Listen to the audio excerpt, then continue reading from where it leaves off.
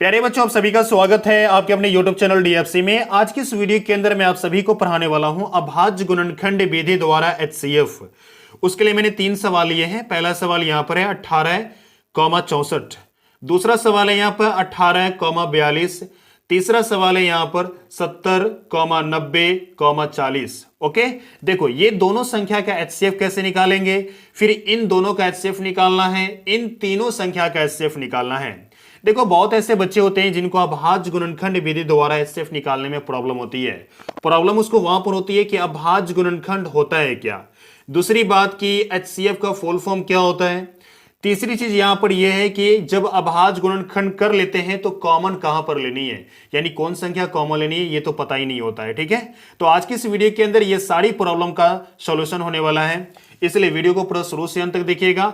मैं दावे के साथ कहता हूं कि अगर ये वीडियो पूरा शुरू से अंत तक देखते हैं तो आपके सामने HCF वाला कोई भी सवाल अगर आएगा तो आप 100% उसको बना पाएंगे। ओके, तो चलिए वीडियो को शुरू करते हैं। यहां पर पहला सवाल है 18,64। तो 18 का क्या करेंगे, अभाज्य गुणनखंड करेंगे। ठीक है, चलिए 18 का अभाज्य गुणनखंड कर लेते हैं।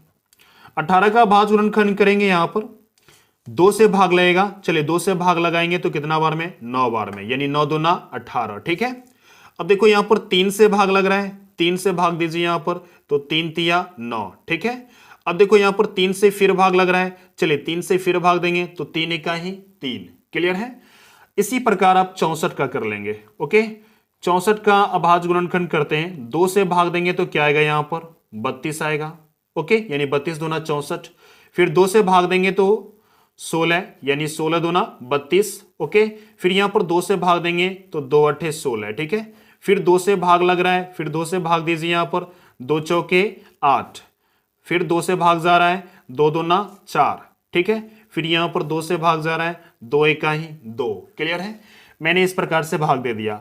अब अगला प्रोसेस क्या है समझिए, ये जो 18 है, 18 का जितना भी गुणनखंड आया है सारे गुणनखंड उसके सामने लिख देनी है। 2 गुना 3 गुना 3, और ये 1 भी लिख सकते हैं आप। ठीक है, मैंने 1 भी लिख दिया। आइए 64 का जितना भी गुणनखंड है सारे गुणनखंड लिख लेते हैं। 2 गुना 2 गुना 2, यहां पर 6 को 2 है तो 6 जितना भी 2 है सभी 2 को लिख लेना है। ठीक है, यहां पर देखो 2 2 4 6, 6 2 है तो मैंने 6 2 लिखा, और यहां 1 है तो 1 को भी आप लिख सकते हैं। अब देखो सवाल उठता है कि अभाज्य गुणनखंड क्या होता है, तो ये जो संख्या दिख रहा है ये सारे अभाज्य संख्या हैं और ये गुना में है, इसलिए हम इसको कहेंगे अभाज्य गुणनखंड। क्लियर है, बात समझ में आ गया। अब कैसे समझेंगे अभाज्य संख्या, ये देखो वैसी संख्या है जिस संख्या में सिर्फ 2 गुणनखंड हो वो अभाज्य संख्या कहलाती है। जैसे कि एग्जाम्पल के तौर पर मैं यहां पर ले लेता हूं, समझिएगा, यहां पर मैं ले लेता हूं यहां पर 4। 4 में देखो कितना गुणनखंड है, 4 में 1 से भाग लगेगा, 2 से भाग लगेगा, साथ में 4 से भाग लगेगा। यहां पर 1 2 3, 3 गुणनखंड है यहां पर, इसीलिए यह अभाज्य संख्या नहीं है। ओके, अब समझिए यहां पर एक मैंने 3 लिया, 3 में कितना गुणनखंड है, 3 में मात्र 1 से भाग लगेगा, 1 तिया 3, और इसमें सिर्फ 3 से भाग लगेगा, 3 एका ही 3। क्लियर है, इसके अलावा कोई और टेबल में ये 3 नहीं आता है। ठीक है, इसीलिए ये 3 जो है अभाज्य संख्या है। बात समझ में आ गया, ऐसा संख्या जिसका सिर्फ 2 गुणनखंड हो वो अभाज्य संख्या कहलाती है। ओके, तो ये अभाज्य संख्या 2 ही गुणनखंड है, ये अभाज्य संख्या हो गया। ठीक है, तो देखो यहां पर मैंने 2 लिखा है, 2 में भी सिर्फ 1 या 2 से भाग लगता है, इसलिए अभाज्य संख्या हो गया। ये अभाज्य संख्या, ये अभाज्य संख्या, ये सारे अभाज्य संख्या है। क्लियर है, बात समझ में आ रही है। चलिए अब आगे बढ़ते हैं। अब बात आती है कि HCF कैसे ज्ञात करेंगे। अभाज्य गुणनखंड तो मैंने कर लिया, HCF कैसे ज्ञात करेंगे, तो देखो HCF बराबर हम यहां पर लिख सकते हैं। देखो कौन ऐसा संख्या है जो कॉमन है दोनों में, तो देखो ये दोनों संख्या कॉमन है, यानी 2 दोनों में है, मैंने कॉमन ले लिया, निकाल दिया। 1 दोनों में है, यहां से 1 भी मैंने कॉमन ले लिया, और इन दोनों को गुना कर देंगे तो 2 आपका जो आया है वो आपका HCF हो गया। ठीक है, यही आपका आंसर हुआ। अब बात आती है HCF होता है क्या। HCF जो है इसका फुल फॉर्म क्या है, तो HCF का फुल फॉर्म होता है हाईएस्ट कॉमन फैक्टर। क्या होता है, हाईएस्ट कॉमन फैक्टर। मैं लिख देता हूं यहां पर हाईएस्ट कॉमन फैक्टर। क्या होता है? Highest common factor. क्लियर है? बात समझ में आ गया? चलिए आगे बढ़ते हैं। दूसरा नंबर का सवाल यहां पर दिया गया है 18 42।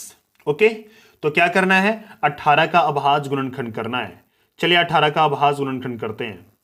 18 में 2 से भाग लगाएंगे तो आएगा यहां पर 2 9 18, फिर यहां पर 3 से भाग लगेगा 9 में, तो क्या होगा यहां पर 3 तिया 9, फिर 3 से भाग जा रहा है 3 इकाई 3, 18 का अभाज्य गुणनखंड कर लिया। इसी प्रकार आपको क्या करना है? 42 का करना है। तो मैं 42 का भी अभाज्य गुणनखंड कर लूं। 2 से भाग देंगे तो 2 दूना 4, 2 इकाई 2, फिर यहां पर 3 से भाग लग रहा है तो 3 से भाग लगाएंगे तो 3 सत्ते 21, और 7 से भाग लग रहा है यहां पर 7 इकाई 7। ओके, अब देखो 18 का जो भी गुणनखंड आया सभी गुणनखंड को हम यहां पर लिख देते हैं 2 गुना 3 गुना 3 गुना 1। ठीक है, यहां पर 42 का जितना भी गुणनखंड है सभी गुणनखंड को लिख देते हैं 2 गुना 3 गुना 7 गुना 1। ओके, अब बात आती है HCF निकालने का। तो HCF बराबर क्या होगा? ये दोनों संख्या कॉमन है, मतलब दोनों में है, तो दोनों में से एक कॉमन ले लेनी है। ठीक है, मतलब दोनों में से निकल गया। अब देखो 3 भी कॉमन आ रहा है, 3 भी दोनों में है तो 3 भी कॉमन ले लीजिए। ओके, अब देखो यहां 1 भी कॉमन आ रहा है, 1 को लेना है। ठीक है, ये 3 यहां पर है लेकिन इसमें 3 नहीं है। ओके, तो अब 3 नहीं लेनी है। 7 यहां पर है लेकिन उसमें 7 नहीं है तो कॉमन नहीं लेनी है। ठीक है, अब इसको गुना करेंगे तो 3 दूना 6, 6 इकाई 6, यानी 6 आपका क्या हो गया? आंसर हो गया। ठीक है, किस प्रकार से HCF निकाले देख लिए। चलिए अब बात आती है कि 3 संख्या अगर आ जाए तो उसका HCF कैसे निकालेंगे। आइए उसको देखते हैं। यहां पर ध्यान दीजिएगा 3 संख्या यहां पर। ठीक है, तो सेम प्रोसेस है, बस थोड़ा सा खाली ध्यान देना है कि करना है क्या है इसमें। 70 का क्या कर लो? अभाज्य गुणनखंड निकाल लो। ठीक है, यहां पर भाग देंगे 2 से तो कितना आएगा यहां पर? 35, यानी 35 दूना 70। यहां पर 5 से भाग लगेगा, 5 से भाग देंगे तो क्या आएगा यहां पर? 5 से भाग देंगे तो 5 सत्ते 35, फिर यहां पर 7 से भाग लगेगा एक बार में। ठीक है, इसी प्रकार 90 का अभाज्य गुणनखंड कर लेते हैं। तो 2 से भाग लगेगा, कितना आएगा यहां पर? 45, और यहां पर भाग लगाएंगे कितना से? 3 से भाग लगेगा, 15 तिया 45, फिर यहां पर 3 से भाग लग रहा है, 3 पंचे 15, फिर यहां पर 5 से भाग लग रहा है। ठीक है, 5 इकाई 5। ओके, इसी प्रकार 40 का अभाज्य गुणनखंड कर लेते हैं। 2 से भाग देंगे कितना बार में? 20 बार में, यानी 20 दूना 40। 2 से भाग देंगे 10 बार में, यानी 10 दूना 20। 2 से भाग लगेगा 5 बार में, यानी 5 दूना 10, और यहां पर 5 से भाग लगेगा 5 इकाई 5। ठीक है, अब समझिए यहां पर करना है क्या। 70 का जितना भी गुणनखंड है सभी गुणनखंड को लिख दीजिए, यानी 2 गुना 5 गुना में 7 गुना में 1। ठीक है, अब समझिए यहां पर ये मैंने जितना गुणनखंड था सभी गुणनखंड लिख दिया। इसी प्रकार 90 का जितना भी गुणनखंड आया है, यानी 2, फिर 3, 3 और 5, फिर 1 भी आया। ठीक है, मैंने 1 को भी लिख दिया। इसी प्रकार 40 का जितना भी गुणनखंड है सभी गुणनखंड को लिख दीजिए। यहां पर 40 का आया है 2 गुना में 2 गुना 2 गुना 5 गुना 1। ठीक है, आइए HCF कैसे निकलेगा समझते हैं। अब HCF बराबर देखो यहां पर ये 2 कॉमन आ रहा है। ठीक है, ये 2 सभी में, चलिए कॉमन ले लेते हैं तो निकल गया ये 2। अब देखो यहां पर 5 यहां भी है, ये भी है, ये भी है, चलो 5 भी ले लेते हैं। और 3 देखो 3 है क्या? नहीं, 3 नहीं है। 1 सभी में है, 1 कॉमन ले लीजिए। अब सबको गुना कर देते हैं। गुना करेंगे 5 गुना 10, 10 से कहीं 10, यानी कि 10 निकल गया HCF। क्लियर है? बात समझ में आ गई। देखो यहां पर किस प्रकार से मैंने किया, बहुत आसान तरीका है, इस तरीके से फॉलो कीजिएगा, आपका HCF आराम से बन जाएगा। ठीक है, उम्मीद करते हैं कि ये वीडियो आपको अच्छा लगा हो। अगर वीडियो अच्छा लगा है तो इस वीडियो को लाइक कीजिए। चैनल पर पहली बार आए हैं तो चैनल को सब्सक्राइब कीजिए, साथ में बेल आइकन भी हिट कीजिएगा ताकि आपको अगली वीडियो का नोटिफिकेशन समय पे मिल सके। धन्यवाद।